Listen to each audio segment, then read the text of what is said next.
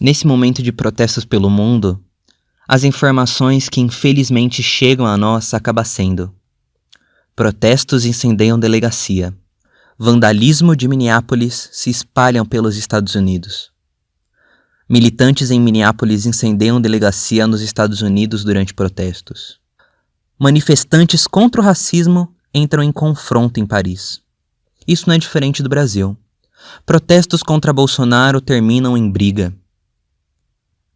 Lendo isso e sentindo a necessidade de mudar a pauta do podcast, eu lembrei de Frantz Fanon, um intelectual negro e combatente da luta anticolonial no século XX.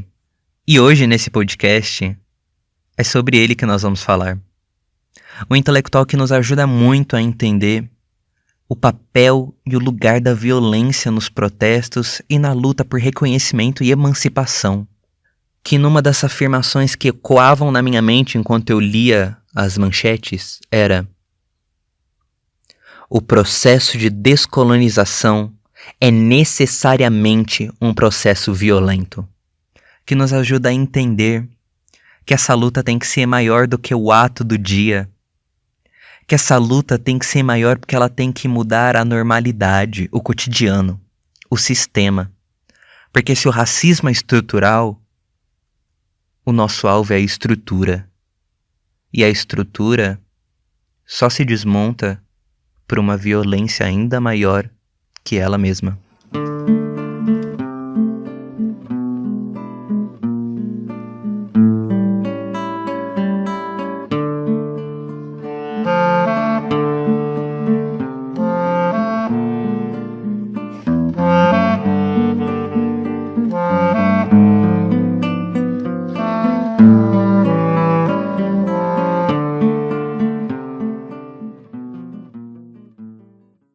Mas quem é Frantz Fanon?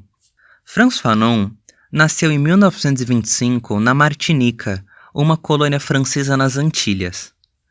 Quando estoura a Segunda Guerra Mundial, Frantz Fanon vai para a França lutar no exército de resistência do de Gaulle contra o nazismo. Com a vitória, ele permanece na França e vai estudar medicina em Lyon e vai se especializar em psiquiatria. Ele, ali no centro da França, vai se colocar muito e se identificar com o estranhamento dos brancos com a figura dele. E também vai se perguntar e vai se reconhecer como alguém que não é francês. Fala francês, mas é um colonizado. Então ele começa a pensar muito sobre a psique do colonizado. Então ele vai escrever o seu livro, Peles Negras, Máscaras Brancas. Frantz Fanon, já envolvido na luta anticolonial, vai para Argélia lutar na Frente Nacional de Libertação. Ele passa a ser um intelectual ativo, um intelectual combatente. E acaba descobrindo durante a luta um diagnóstico de leucemia, em 1961, apenas com 36 anos de vida. Então ele começa a escrita do seu maior livro, Condenados da Terra, que é uma grande ode à luta anticolonial e ao entendimento da violência nesse processo. Em 61 ele falece, e falece com apenas 36 anos, mas com uma grande contribuição ao pensamento antirracista e ao pensamento anticolonial. Para nós iniciarmos a exposição da obra de Fanon, você precisa retomar o conhecimento do que foi as navegações. Com as navegações surge a modernidade. Com as navegações surge a ideia, surge o iluminismo, surge a ideia de razão, mas também surge a ideia de hierarquia. Porque agora que eu chego em novos lugares, eu preciso me hierarquizar com os povos que lá estão. Você precisa também retomar o conhecimento da partilha da África, no neocolonialismo. Lembra também que os Estados Unidos, o Brasil, a América Central e a América como um todo é fruto colonial. Nas descrições do Frantz Fanon de colônia, ele representa um mundo cindido em dois. Ele fala que as ruas aonde o colono mora são geométricas, são limpas, enquanto as ruas aonde o colonizado mora não têm forma, são uma bagunça, são sujas. Enquanto o pé do colono quase não aparece, o pé do colonizado está sempre à mostra, machucado. Nós temos muito bem a representação do que é esse mundo de segregação no Brasil. Nós temos imagens na cabeça quando a gente fala de segregação espacial. De um lado, um condomínio fechado, do outro lado, uma favela que sobe o morro amontoada. Nesse mundo, cindido em dois, nesse mundo colonial, o colonizado sofre com uma violência cotidiana. A violência já está na própria hierarquia de colocar-se no seu lugar, seja pela sua renda, pela sua cor da pele, seja pela sua posição de nativo ou estrangeiro. É sempre um se colocar no seu lugar. Nesse se colocar no seu lugar, ele também escreve que o colonizado nunca sente quando infringiu ou não as regras. Você nunca sabe quando você vai ser enquadrado, nas palavras dele. A colonização é justamente violenta por impor uma ordem, por impor uma hierarquia. E essa imposição e manutenção se dá pela força. Então, para ele, o processo de descolonização é uma descolonização de desordem, porque eu tenho que questionar a ordem, a normalidade que é racista, que é colonizadora. O homem e a mulher colonizados foram forjados numa violência colonial, que é essa hierarquia, que é essa autoridade, que é essa culpa, que é esse sentimento de estar sendo sempre perseguido ou vigiado. A sua psique, os seus sonhos, o seu corpo, estão sempre sendo intitulados, rotularizados e perseguidos. Essa violência na qual se forja o homem colonizado também é a violência que ele aprende para se libertar. É também uma ideia muito presente na obra de Paulo Freire, de que o oprimido, quando se torna protagonista da história, ele utiliza um método do opressor, porque foi o único método que ele aprendeu. A luta anticolonial brasileira remonta à Guerra de Canudos, os quilombos, a revolta dos malês, a conjuração baiana, a revolta da chibata. Esses casos acontecem antes e depois da definição da Princesa Isabel, como é colocado, da falsa abolição da escravatura. A escravatura e o racismo não é abolido numa canetada e pacificamente. Ela vem sendo abolida na luta, nas revoltas, que foram massivamente massacradas pela ordenação do Estado da época. Nós precisamos retomar essas memórias de que a luta é uma luta violenta para lidar agora com colocações que nós vemos explodir nesse momento do governo Bolsonaro e do bolsonarismo. Mas aí você me pergunta, mas Adriel, o que tem de novo a ver com o Bolsonaro?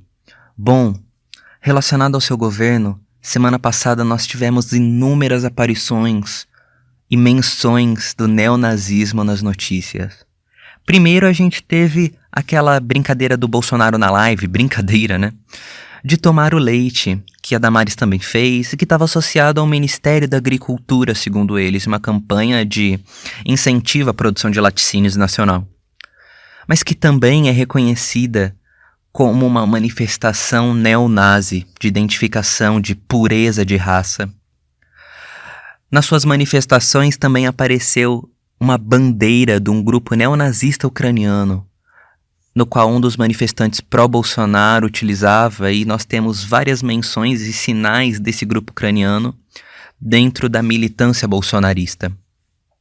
Uma antropóloga chamada Adriana Dias, nos seus trabalhos sobre a ascensão do neonazismo no Brasil, explica muito bem como que se dá a propaganda neonazista, Uma das principais estruturas de comunicação da sua mensagem é uma visão sobre a sociedade na qual as minorias estão ganhando direitos do Estado e tomando os lugares que eram dessas pessoas, que eram lugares naturais do homem médio.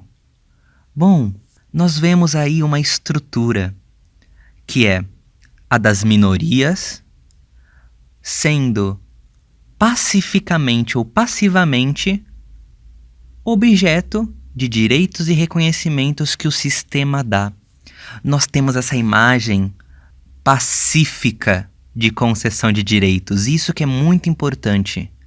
Isso também está ligado à nossa social-democracia, que nós imaginamos que é uma social-democracia que por si só a sua estrutura é de conceder mais direitos, de conceder mais reconhecimento, políticas públicas.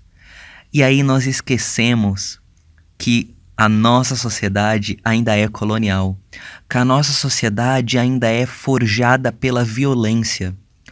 Não é o Estado que pacificamente dá os direitos, mas eles são conquistados a ferro e fogo por meio da mobilização social. E o apagamento dessa mobilização social é o que pode nos fazer concordar com essa visão pacífica de minorias ganhando direitos. Quando nós concordamos com essa visão, nós começamos a realmente achar, nossa, muito incomum essas práticas violentas em protestos. Porque nós não estamos vendo que, na verdade, elas são a normalidade da conquista de direitos. No Brasil, nós temos inúmeros casos, como eu já citei, casos históricos.